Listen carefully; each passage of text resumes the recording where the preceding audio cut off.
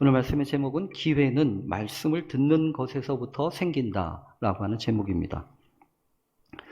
오늘 예배의 자리에 나오신 여러분 모두에게, 그리고 특별히 오늘 지난 주간에 장례 예식을 마치시고 유가족들이 함께 하셨는데 슬픔을 당한 가족들 모두에게 주님의 크신 은혜와 위로가 함께 하시기를 간절히 바랍니다. 성공이 되었든 실패가 되었든 그냥 일어나는 것은 없습니다. 분명 다 그럴 만한 이유가 있었던 거지요. 그래서 겉으로 드러난 그 결과도 중요하지만 그렇게 되어진 결과가 나타나도록 하게 만들었던 이 원인을 알고 그 이유를 찾는 것은 더더욱 중요합니다. 무너지는 것은 한순간이지만 무너지게 한 그 일은 한순간에 벌어진 일이 아니기 때문입니다. 기업이 되었든 나라가 되었든 또 한 개인이 되었든 그의 삶이 무너지게 될 때 정작 중요한 것은 그 무너지는 순간에 닥칠 두려움이 아닙니다.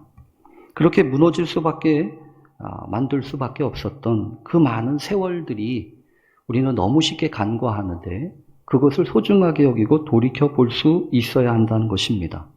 그래서 복귀가 중요합니다. 바둑에서 대국이 끝나고 난 다음에 순서에 따라서 서로 둔 순서대로 돌을 두어가면서 이때가 결정적인 순간이었죠. 이때가 패착이었어요. 이때 참 기가 막힌 수였습니다.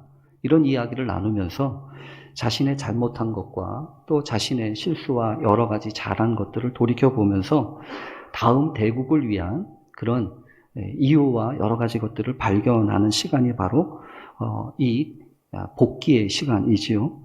그래서 이 조은현이라고 하는 유명한 사람이 썼던 고수의 생각법이라고 하는 책에서는요, 복귀라고 하는 것이 얼마나 중요한지를 여러 가지 다양한 방식으로 설명하고 있습니다. 복귀의 의미는 성찰과 자기 반성이다. 이것은 깊이 있는 생각을 바탕으로 해서 겸손과 인내를 요구한다. 그냥 하는 게 아니라는 거죠. 겸손해야 되고 인내해야 된다고 하는 것입니다. 그래서 이 복귀를 해야 무엇을 잘했고 무엇을 잘못했는지 정확하게 짚어 넘어갈 수 있고, 또 복귀를 잘해두면 절대로 같은 실수를 반복하지 않게 된다. 그리고 승리한 대국의 복귀는 이기는 습관을 만들어주고, 패배한 대국의 복귀는 이기기 위한 준비를 만들어준다. 여러분 그렇지요. 그래서 아파도 뚫어지게 쳐다봐야 되는 거고요. 아니 아플수록 더욱 예민하게 돌아볼 수 있어야 합니다. 실수는 우연이 아니기 때문에 그렇죠. 실수를 한다고 하는 것은 내 안에 어떤 어설픔이 있다는 것, 그리고 미숙함이 있다는 것 아니겠습니까? 그래서 패배감에 너무 오랫동안 휩싸여서 이 자신감을 잃어버릴 게 아니라, 그래서 지나간 것들을 잘 살펴보고 돌이켜보아서 다시는 그런 실수를 하지 않도록 준비하는 것이 훨씬 더 유익하다고 하는 것입니다. 그런 점에서 요즘 우리가 살펴보고 있는 이 사울 왕의 몰락은 우리에게 너무나 귀한 복귀의 재료라고 할 수 있습니다. 이 복귀의 재료로서 사울 왕의 실패와 또 안타까운 과정들을 살펴보면서 깨닫게 되어지는 것은 이 한 가지예요. 얼마든지 다르게 할 수 있었다는 겁니다. 얼마든지. 어쩔 수 없어서 그렇게 되었다는 얘기가 아닙니다. 얼마든지 멈출 수 있었고 얼마든지 다른 선택을 할 수 있었습니다. 특히 이 사울은 여러분 잘 보면 이스라엘의 초대 왕으로서 여러 가지 어려움이 있었던 것은 분명합니다. 그런데 어려움이 있는 반면에 또한 기회도 있었습니다. 누구든지 처음이라고 하면 참아주는 것들이 있지 않습니까? 처음이니까 그래. 아직 익숙하지 않아서 조금 있으면 더 잘할 거야 라고 하는 이야기를 우리가 하지 않습니까? 그리고 더군다나 이 사울에게는 사무엘이라고 하는 탁월한 영적 지도자가 있었습니다. 그래서 이 사무엘이 은퇴를 하면서도 그 백성들을 향하여서 강력하게 이야기한 것이 뭐냐 하면 나는 너희를 위하여 기도하기를 쉬는 죄를 여호와 앞에 절대로 결탄코 범하지 아니하고 선하고 의로운 길을 너희에게 가르칠 것인즉 너희는 여호와께서 너희를 위하여 행하신 그 큰 일을 생각하고 오직 그를 경외하고 너희 마음을 다하여 진실하게 섬겨라. 그러니까 여러분, 사무엘은 나라의 지도자일 뿐만 아니라 사울이라고 하는 한 개인의 영적인 멘토였습니다. 얼마든지 그렇게 할 수 있었다는 거죠. 그런 점에서 보면 사울은요, 절대로 잘못될 수 없는 사람입니다. 잘 되면 잘 됐지. 잘 될 수 없는 조건을 가지고 있었던 사람이라는 거죠. 그런데 여러분, 언제나 그렇잖아요. 아무리 좋은 조건을 가지고 있다고 할지라도 그 안에 있는 사람이 어떻게 반응하느냐에 따라서 그 결과가 달라지는 것 아니겠습니까? 우리가 아는 것처럼 사울은 서툴렀습니다. 아니, 더 정확하게 말하면 서툰 게 아니라 서둘렀습니다. 그래서 조금 더 기다리지 못했고 그 서두른 마음이 들면서부터 이 잘못된 선택을 하기 시작했습니다. 여러분, 언제나 그렇지요. 이 기다리지 못하는 사람들, 조금 더 기다리지 못하고 서두르는 사람들은 언제나 본인들은 그렇게 생각합니다. 나름대로 최선을 다해서 살아가고 있다고. 그런데 결과적으로는 되게 좋은 선택이 아닌 경우가 많습니다. 지나고 보면 알기 때문입니다. 지나고 보면 더 좋은 기회들이 있었구나 라고 하는 것과 함께 아울러 왜 그렇게 그 당시에는 서둘렀는지 그런 부분들이 아쉽고 안타까울 것뿐이라는 이야기입니다. 그래서 말입니다. 기다리는 것도 능력입니다. 아무나 하는 게 아닙니다. 기다리지 못하는 이유는 아마 이 부분일 거예요. 잘못하다간 더 이상의 기회가 없을 거야 라고 하는 생각이 드는 거죠. 어려워도 있잖아요. 어려워도 힘들어도 기회가 남아있다고 하는 생각이 들면 얼마든지 참을 수 있습니다. 그런데 기회가 없다고 느껴지는 거예요. 더 이상 좋은 기회는 없다라고 생각이 되는 겁니다. 그러니까 조급해지고 그리고 견딜 수가 없는 남아있는 것만이라도 지켜야 된다고 하는 이 얄팍한 생각이 들기 시작하는 거라고요. 그래서 여러분, 기회라고 하는 것이 중요합니다. 기회라고 하는 것은 어떤 새로운 변화와 생각지 못했던 뜻밖의 성장이 열려지는 그런 때를 의미합니다. 물론 막상 기회라고 하는 것이 있다고 할지라도 그 기회를 살리고 그 기회를 붙잡라고 하는 것은 또 다른 문제이지만 일반적으로 기회가 있다라고 하는 것은 우리의 마음을 설레게 합니다. 그래서 막연하지만 기회가 있을 거야 라고 하는 생각이 들기 시작을 하면 대부분 그런 생각만으로도 대부분의 사람들은요 기꺼이 참습니다. 그리고 기꺼이 모험을 감행합니다. 물론 기회라고 하는 것이 언제 오는지 그리고 어떻게 그런 기회를 살릴 수 있을지라고 하는 것은 다른 문제예요. 그래서 하나님 앞에 우리가 기도해야 합니다. 하나님, 우리가 기회를 놓치지 않게 해주십시오. 내게 주어진 하나님이 허락하신 그 아름다운 기회, 소중한 기회, 그거 놓치지 않게 해주십시오. 언제나 기회가 있는 것이 아니기 때문이죠. 더군다나 이 사울과 같은 사람 있잖아요. 처음에 시작은 좋았는데 시간이 가면서 그 좋았던 점들이 자꾸만 퇴색해져 가고 오히려 이제는 좋지 못한 선택들로 인해서 점점 부정적인 전망이 자꾸만 기울어지기 시작한다면 더더욱이나 그에게 필요한 것은 아마도 반전의 기회일 겁니다. 어떻게 이 상황을 바꿀 수 있을지, 이 상황을 어떻게 뒤집을 수 있을지 그 사람은 상당히 기다리고 마련하기를 원했을 겁니다. 여러분, 사실은요, 오늘 성경 본문이 그 얘기예요. 그런 사울에게 또 다른 기회가 지금 주어지고 있기 때문이죠. 물론 사울에 대한 판단은 이미 오래전에 차곡차곡 쌓이고 있었습니다.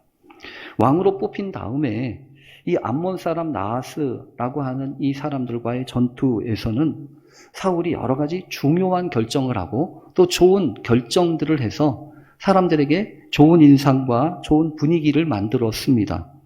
물론 그때도 사실은 사울이 했다고 하기보다도 하나님의 두려움, 하나님의 도우심 가운데 그런 일이 이루어졌던 것이긴 하지만 그럼에도 불구하고 사울이 분명히 좋은 선택을 했던 것만은 분명합니다.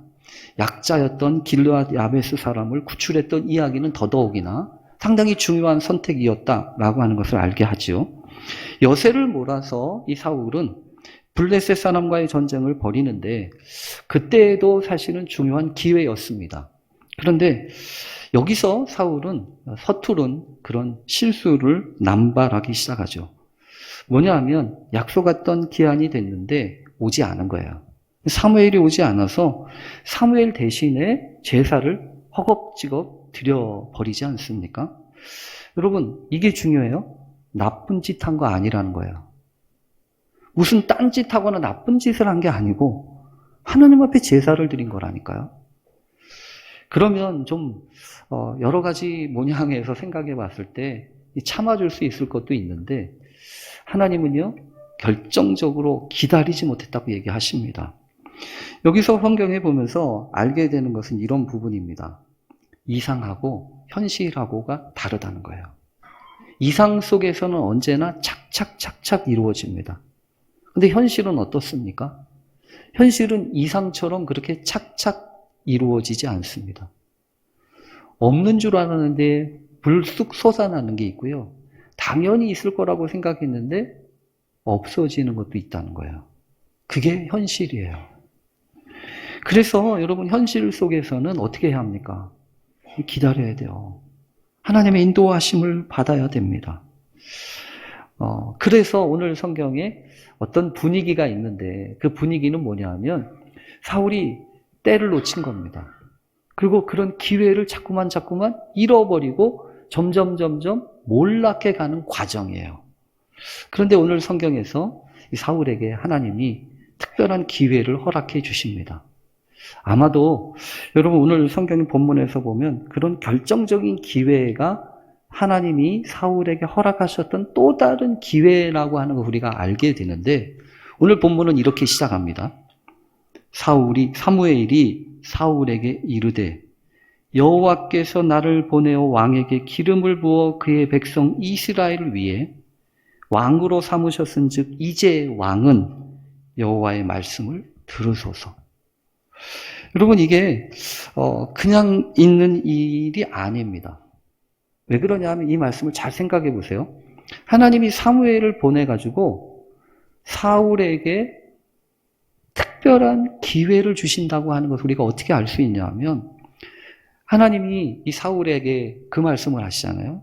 야, 너 왕으로 임명받고 왕으로 선택되고 두렵고 떨리는 마음으로 나서지도 못하고 그 짐 보따리들 사이에 숨어 있었던 그 순수했던 그 처음 그 생각 하지? 라고 물으시잖아요. 여러분 누구나 그렇지 않습니까? 처음에 이 풋풋했던 그 설레였던 그 시간들 어떻게 생각해 보면 무언가 새로운 반전을 일으키기 위해서 우리에게 필요한 것은요 다른 게 아니고 그 순수했던 마음을 기억하는 겁니다. 오늘의 부끄러운 실패를 다시 반복하지 않기 위한 최소한의 요구가 바로 다른 게 아니라 그 처음 시작을 다시 생각하라는 거예요. 여러분 앞으로 나아가야 될 길이 막연하고 염려와 걱정이 있을 때 그래서 먼저 생각해야 되는 건 다른 게 아닙니다. 여기까지 내가 어떻게 오게 됐지? 내가 어떻게 시작한 거지? 돌이켜보니까 내가 능력이 있고 내가 잘해서가 아니고 하나님의 은혜로 여기까지 왔네. 하나님의 은혜로 지금까지 왔구나 라고 하는 것을 발견하고 그 처음에 먹었던 생각을 다시 붙잡는 거예요. 그러면서 이제 사무엘이 사울에게 다시 한번 분명하게 이야기하지 않습니까? 이제 왕은 여호와의 말씀을 들으소서. 여러분 이제 왕은 이라고 하는 말은 이런 뜻입니다. 지금까지 어떻게 했든지 지나간 것은 상관없어. 이제부터가 중요한 거야 라고 한 얘기잖아요.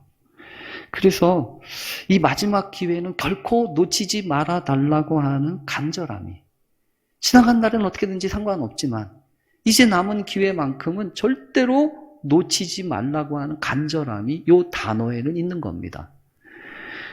우리도 역시 마찬가지예요. 믿음으로 사는 사람들은 반드시 기억해야 합니다.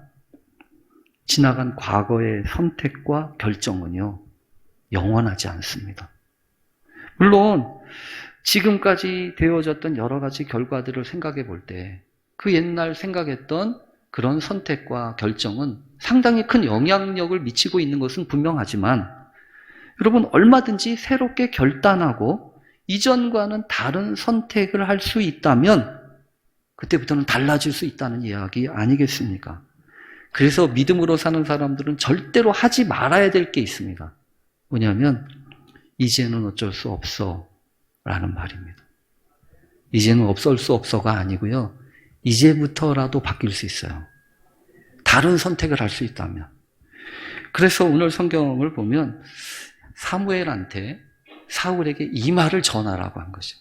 이제라도, 아니 이제 왕은 여호와의 말씀을 들으소서. 여러분, 이 말은 다시 생각해 보면 기회라고 하는 것이 어디서부터 시작된다는 겁니까? 기회라고 하는 건 다른 게 아니라 하나님의 말씀을 듣는 것부터 시작된다는 거예요. 왜 그렇습니까? 왜 하나님의 말씀을 듣는 것이 그렇게 중요합니까? 성경을 보면서 우리가 알게 되는 게 있어요. 뭐냐면 하나님의 말씀은 늘 영락없이 어떤 부분을 건드리냐 하면 내가 지금 어떤 형편의 어떤 자리에 있는지를 알게 합니다. 그렇잖아요? 그래서 성경에 보면 선악과를 따먹었던 아담과 하와에게 하나님이 하셨던 첫 번째 말씀은 다른 게 아니었습니다. 아담아, 내가 어디에 있느냐, 이 말이잖아요. 여러분, 이 말은 잘 생각해 보세요. 하나님이 몰라서 물으시는 겁니까? 하나님이 지금 얘네들이 어디 숨었는지 몰라, 그래서 못 찾겠다 깨꼬리 깽깽이 발로 나와라, 이 말을 하시냐는 거예요. 그거 아니잖아요. 하나님은 아셔요. 근데 누가 몰라요? 본인들이 몰라요. 내가 지금 어디에 있는지 몰라요. 그러니까 그 말씀을 하시는 거예요. 그리고 또한 여러분, 언제나 그렇죠. 앞으로 어떻게 해야 될지 몰라서 주저주저하고 있느니, 그런데 뭔가는 새로워지고 싶어요. 뭔가는 달라지고 싶다고요. 그러니까 하나님이 아브라함한테 하시는 말씀이 있잖아요. 너는 본토, 친척, 아비 집을 떠나 내가 내게 지시할 땅으로 가라. 이게 하나님이 말씀하시는 방향 아니에요? 그래서 여러분, 우리가 말씀을 들어야 하는 이유는 명확합니다. 언제나 그래요. 언제나 하나님의 말씀을 들으면 내가 지금 어디에 있는지, 또 앞으로 어디로 가야 될지, 이것을 명확하게 알 수 있다는 것입니다. 그래서 오늘 성경은요, 하나님이 어떤 마음으로 이 이야기를 하시는지 다시 한번 생각할 수 있어요. 계속해서 오늘 성경 본문을 따라 가보시면 좋겠는데요. 오늘 2절 이렇게 시작하죠. 만군의 여호와께서 이같이 말씀하시기를. 이제 여호와의 말씀을 들으십시오 라고 얘기하면서 만군의 여호와께서 이렇게 말씀하십니다라고 얘기하잖아요. 만군의 여호와래요. 이 만군의 여호와라고 하는 야훼 체오바트, 이 체바오트라고 하는 이 단어는 사실은 거룩한 전쟁을 앞두고 할 때 사용하는 단어입니다. 만군의 여호와. 이 만군의 여호와라고 하는 것은 말 그대로 이런 뜻입니다. 많은 군대를 거느리신 왕이라는 뜻이에요. 그래서 전쟁의 승패가 다른 데 달려있는 게 아니라 바로 여기에 달려있다는 것입니다. 우리들은 보통 그렇게 생각합니다. 전쟁을 하기 위해선 무기가 좋아야 되고 군인의 숫자가 많아야 되고 그리고 탁월한 전술과 전략이 있어야 된다고 생각하지요. 그렇게 사울도 생각했습니다. 그래서 여러분, 오늘 본문 이 15장 1절이 시작하는 그 바로 앞에 보면 이렇게 써 있습니다. 사울이 사는 날 동안에 블레셋 사람과 큰 싸움이 있었으므로 사울이 힘센 사람이나 용감한 사람을 보면 그들을 불러 모았더라. 이렇게 한 이유가 짐작이 되시죠? 사울이 요 사람들이 있어야 자기가 이길 수 있다고 생각하는 겁니다. 근데 지금 하나님은 뭐라고 얘기하시는 거죠? 그런 용감한 사람이나 힘센 사람이 중요한 게 아니고 만군의 여호와, 그 하나님을 믿는 그 믿음이 중요하다는 이야기를 지금 말씀하시는 거라는 얘기죠. 그러면서 여러분 오늘 성경에서 보면 무슨 얘기를 하냐면 이렇게 이야기하세요. 만군의 여호와께서 이같이 말씀하시기를 아말렉이 이스라엘에게 행한 일 곧 애굽에서 나올 때 길에서 대적한 일로 내가 그들을 벌하노니 지금 가서 아말렉을 쳐서 그들의 모든 소유를 남기지 말고 진멸하되 남녀와 소아와 젖 먹는 아이와 우양과 낙타와 나귀를 죽이라 하셨나이다. 여러분 이 말씀을 잘 묵상하면 이렇게 돼요. 하나님이 말씀하시는 것은요 하루아침에 뚝딱하고 나오는 게 절대로 아닙니다. 왜냐하면 하나님의 계획이 있고 하나님의 섭리가 있잖아요. 그래서 지금 아말렉을 진멸하라고 하셨는데 그 아말렉을 진멸하라고 하신 이유는 이미 오래전에, 그래서 말씀하시잖아요. 이스라엘이 출애굽할 때 그들을 대적했던 그 일 때문에 그래 라고 하는 얘기예요. 여러분 어쩌면 이 아말렉 사람들이 그렇게 했던 일들이 무엇인가 한번 생각해보고 성경에서 찾아볼 필요가 있어요. 제가 여러분 대신 찾아봤어요. 그랬더니 신명기 25장 17절부터 19절까지의 이런 멘트가 있습니다. 모세가 이스라엘 백성을 데리고 가선 모세가 광야에서 이제 마지막 약속의 땅을 앞에 두고 이 고별 설교하듯이 마지막 이야기를 하는데 요 말이 있습니다. 너희는 애굽에서 나오는 길에 아말렉이 내게 행한 일을 기억하라. 곧 그들이 너를 길에서 만나 내가 피곤할 때에 내 뒤에 떨어진 약한 자들을 쳤고 하나님을 두려워하지 아니하였느니라. 쉽게 말하면 이런 겁니다. 이스라엘 백성들이 출애굽을 하고 이 광야를 지나서 약속의 땅으로 가는데 여러분 다 똑같지 않잖아요. 거의 한 200만 명이 되는 사람들이 모여 있는데 그 중에서 어떤 사람은 빨빨하고 강하고 힘 있는 사람이 있는가 하면 어떤 사람은 노약자, 어린아이, 그리고 힘이 없는 사람들도 있잖아요. 그러니까 이렇게 움직이면 먼저 앞장서는 사람들은 힘 있는 사람이고 뒤에서 쫓아가기 바쁜 사람들은 힘이 딸린 사람들이잖아요.